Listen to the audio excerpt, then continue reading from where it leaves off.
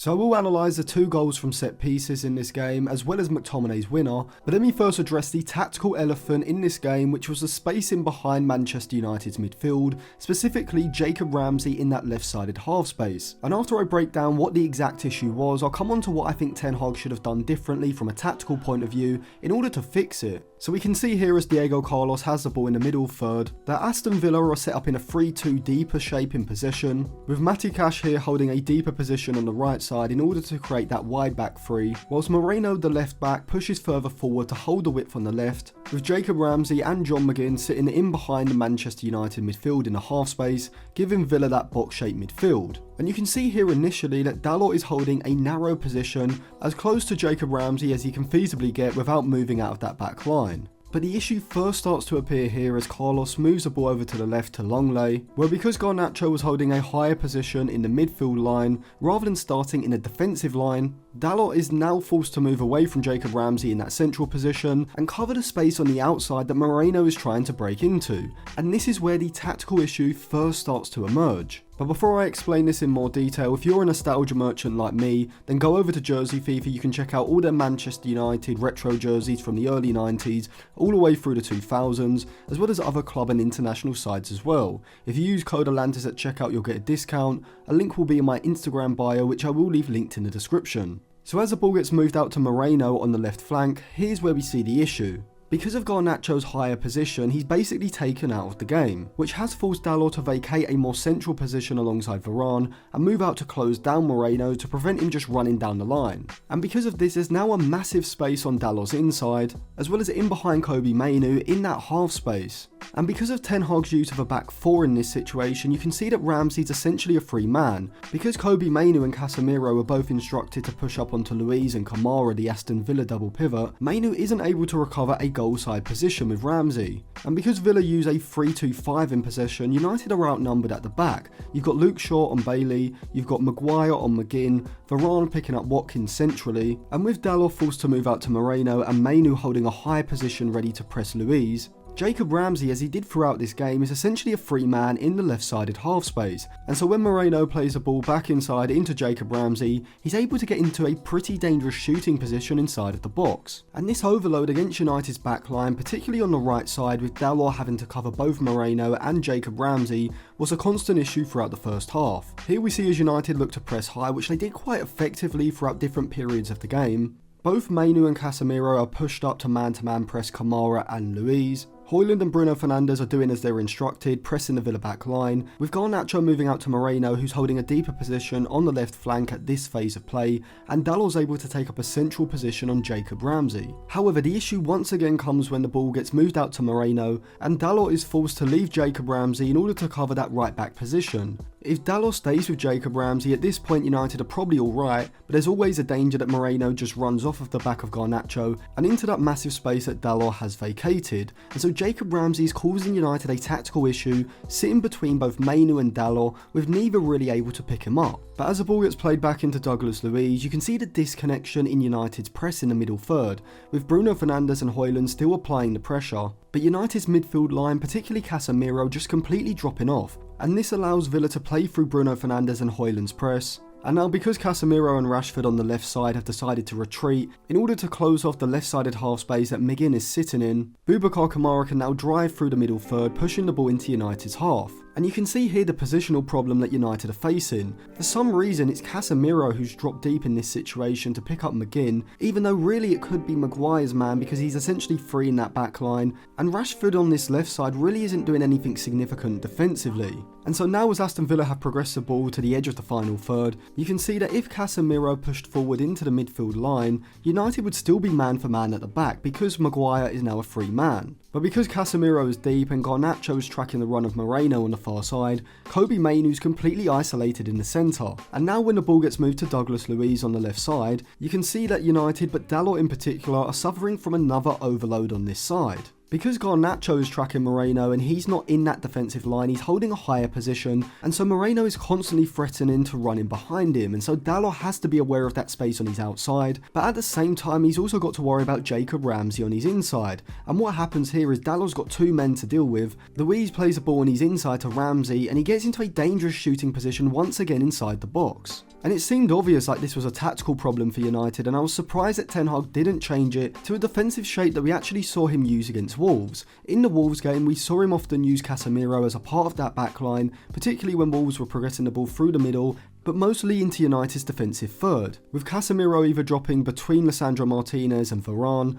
or if Lisandro Martinez was holding a more central position, he dropped between Martinez and Shaw, which gave United a back five and allowed them to go man for man and stop the overload higher up the pitch. And I thought Ten Hag would do the same at half time because it was a clear and obvious issue that United were experiencing tactically. Now, people may point out that pushing Casemiro back into the back line is just going to reduce the amount of men United have in the midfield line, which is true, but it was happening anyway because Garnacho was forced to follow Moreno, and he wasn't really doing that job 100% because he was starting in the midfield line. Because he wasn't playing as a wing back but as a midfielder, he seemed to be unsure about whether he should track Moreno fully or hand him over to Dalot, and this just caused Dalot all sorts of problems because he was essentially picking up two men when both Ramsey and Moreno were high on this left side. I think Ten Hag should have made a tactical alteration in the second half by dropping Casemiro onto the left or right side and using him and Maguire either side of Varane to pick up the two players in the half space, as this would have simplified both Garnacho and Dalot's defensive game on the far side,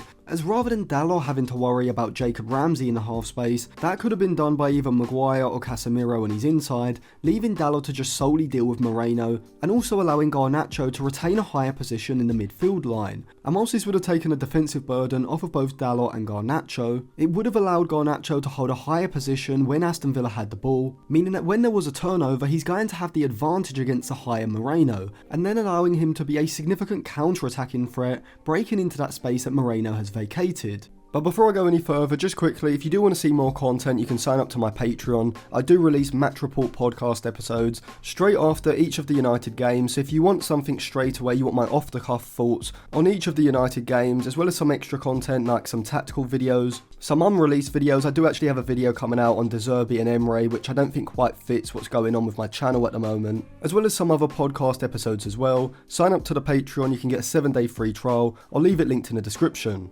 But despite being forced to pick up a deeper position out of possession, Garnacho was still a threat throughout this game. And we saw this in the first half when United were able to break quickly, and Garnacho was able to get the run on Moreno when he was caught high up the pitch. Here we see as Aston Villa are working the ball between Kamara and Douglas Luiz, that both Bruno Fernandes and Højlund are very good at pressurising in the centre of the pitch. Bruno Fernandes is able to make the interception, knocking it into Marcus Rashford's path, and now we can see the threat of the United front three on the counter, and why I wanted Garnacho to hold a deeper position out of possession in order to get that advantage on Moreno when these types of attacks happen. Rashford initially does fantastic to carry the ball through the centre of the pitch, gliding through Matty Cash and Kamara, who should probably bring him down in this situation. They don't. Højlund's run is fantastic because it drags Diego Carlos over to United's left side and opens up that space for Rashford to drive through onto the right, creating a 2v1 against Longley on the other side, and Garnacho is bursting into the space that Moreno has vacated.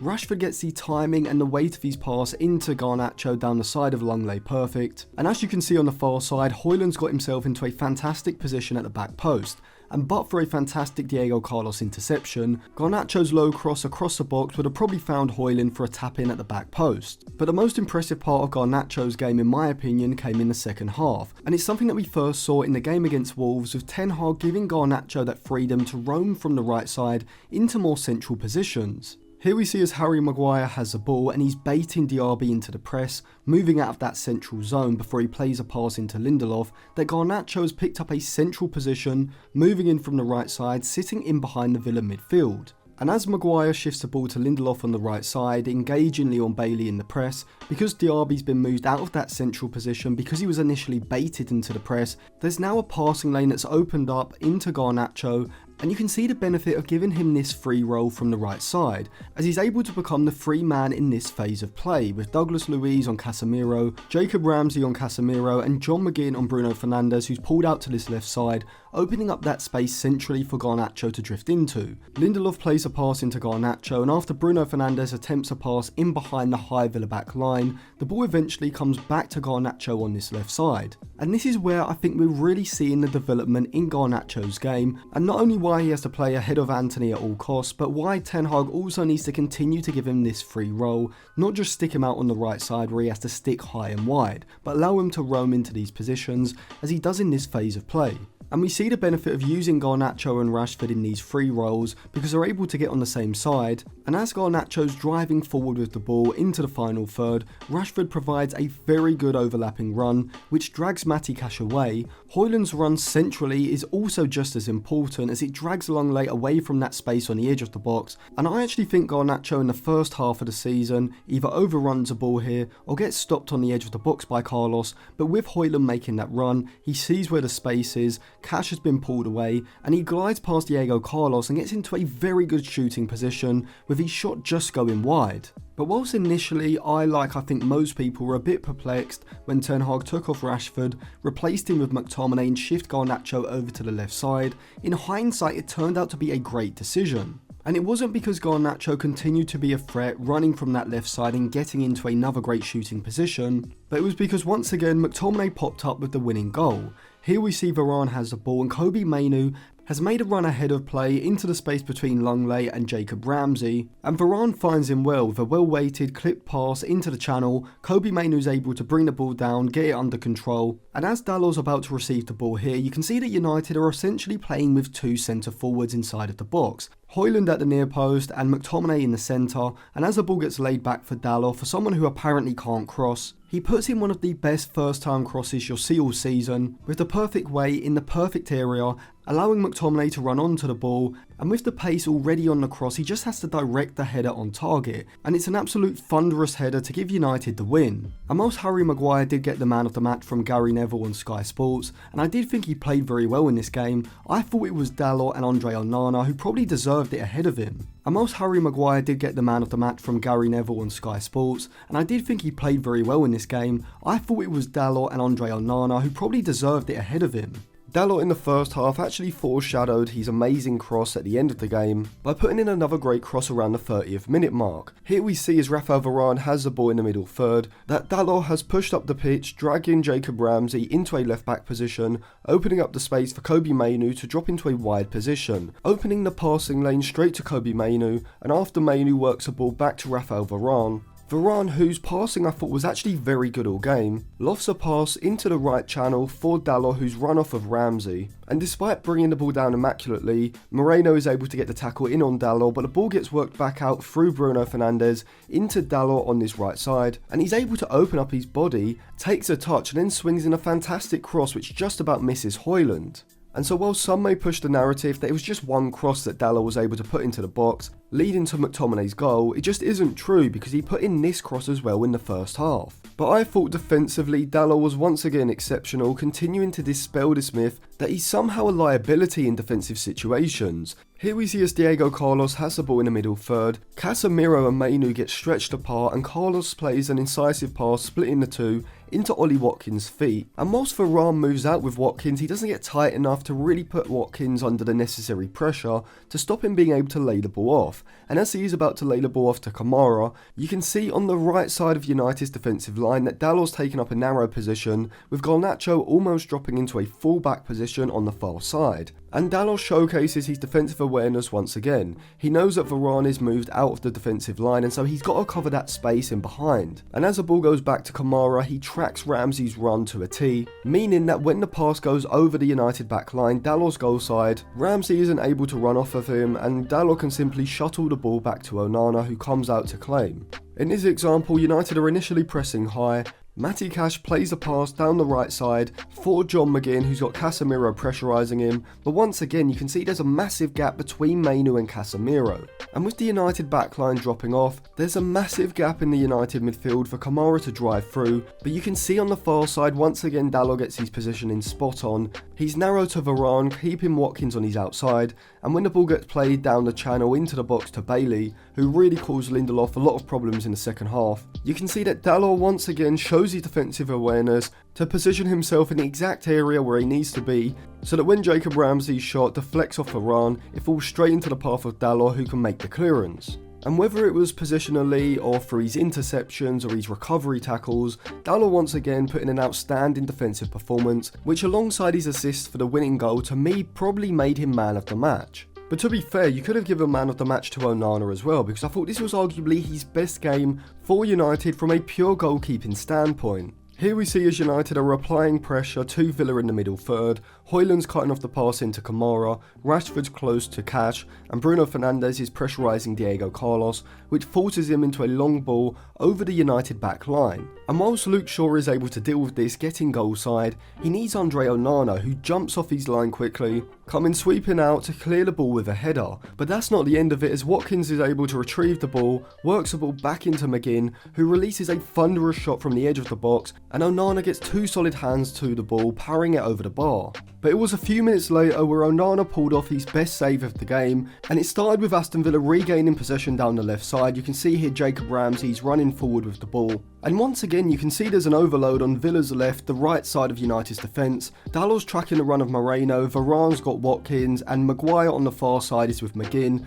with Luke Shaw picking up Bailey at the back post as Casemiro has to deal with both Luiz and Ramsey. And this forces Varane into a bad decision. He decides to leave Watkins, allow him to run off of him, and whilst it initially looks like he's moving out to close down Ramsey, he's not close enough to do so. And this causes an issue for Maguire on the left side of United's defence, as you can see that McGinn pulls off Maguire into that space in front of the United defensive line, and as Ramsey plays a pass into his feet, you can see Maguire's caught in two minds. He initially drops off, realising that he's got to track the run of Watkins, who's run off of the back of Varane, but he positions himself too far over to the left side, and so he's not able to cut off the passing lane from McGinn into Watkins, and so Watkins is able to pick up a free position between Dalot and Maguire. McGinn's first time pass is timed and weighted perfectly, releasing Watkins through on goal. But Onana's reading of the game is fantastic here, and he races out as quick as he can, spreads himself to make himself big, completely closing down the angle for Watkins and making a sensational 1v1 save. And there were other saves that he made throughout this game, but I think that one in particular showed just how good he can be, and that his shot stopping is very good, and once he cuts out these sort of odd mistakes that he was making at the start of the season, particularly in the Champions League, combined with his ball playing ability, Onana without doubt has the potential to be one of the best goalkeepers in the Premier League.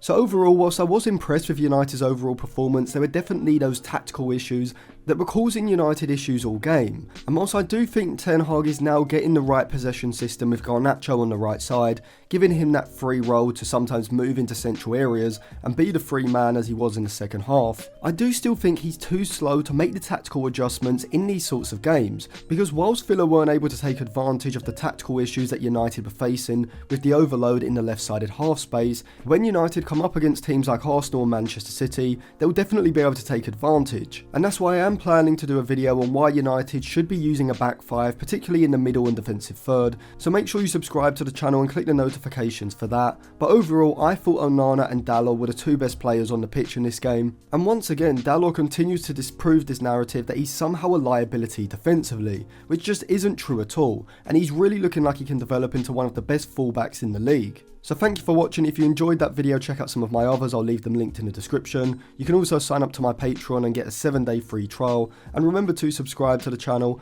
and click the bell for notifications as well.